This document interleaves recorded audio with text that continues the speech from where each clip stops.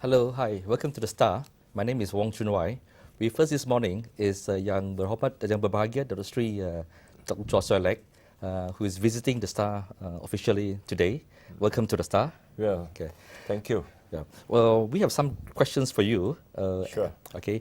As we, as the political flavor or political sentiment in this country becomes more challenging, some would say even hotter. With the political dynamics that's been taking place. Datuk Seri, it's been over 3 months since you took over as MCA president. Some would say that it was a year of upheaval last year with the party elections. Do you think you have managed to turn the corner around? Well, in the last 4 months, I would say that the party has become more stable, more united, and this is obvious because when we conduct the divisional annual general meeting, and now we are at the state convention, and when we check the attendance, in most of the places, it is double the attendance last year. So this is a sign of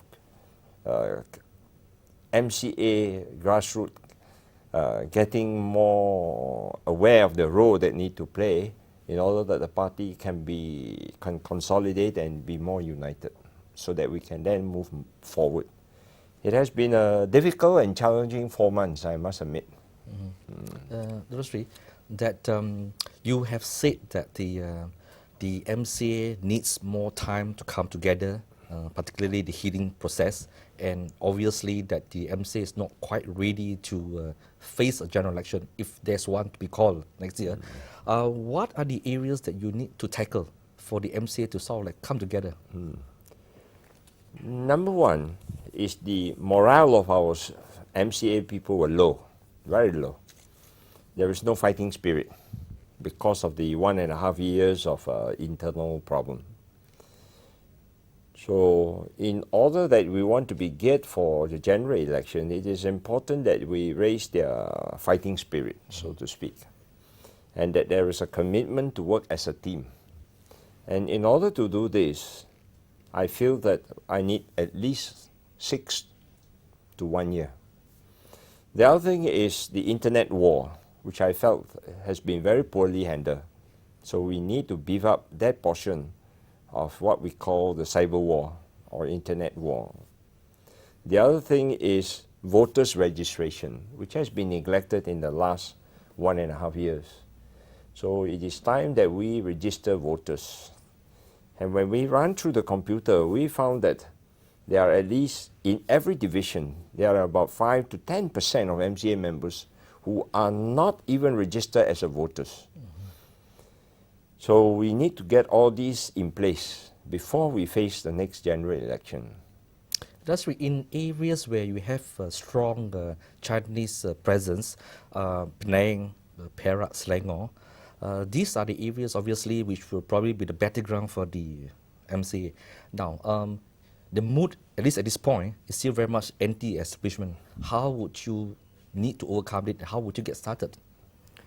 Well, politics is such that it is never static. Politics is always in what we call in a state of flux. And as a component party of the government, at the end of the day, the party can only do so much. It is the government that will do more. It is how to convince the Chinese and the rest of the community that Barisan is a better alternative. If you look at before the 308 election, people were not happy with the government. So people voted, some with their feet they call.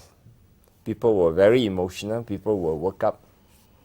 So after the 308 election, Pakatan had the opportunity and were given the opportunity by the riot to rule 4 states. So if you look at the state which have a large proportion of non-Malays, Penang and Selangor, now the riot has now become more sensitive and more aware that 2.5 years under Pakatan riot, they have not done better than Barisan Nasional. In fact, I would say in certain aspects they have done worse. So if you look how they handle the sand issue, how Guan Eng deal with his SDO, State Financial Development Officer, it is obvious that they are still in the opposition mood and not having the ability to run a state as an administrator. The other thing, if you look at all the manifesto, especially in Selangor or even in Penang, and the other day when opening a convention, I listed all the things that they promised, which to this day just remain a promise. So by the end of the year, I'm sure that a lot of voters will then begin to see that they will play a better role as an opposition than the party in power. So you have served, you are a very experienced politician.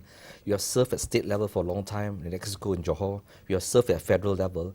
In the case of Penang, from your experience, what would be the importance of dealing for civil servants when it comes to dealing with elected representative, state and federal relationship? In the case of Penang, obviously there are some hiccups, and that's why we have this controversy. Can you share with us your experience dealing with government servants? Well, after the 308 election, I was invited as a panel speaker in Hsinchu, organized by Hsinchu, and it was a big crowd, and the opposition were also represented. I say that it will not be a bed of roses, that the riot should be prepared, that because of the federal and state relationship, may be one of those that will walk through a storm.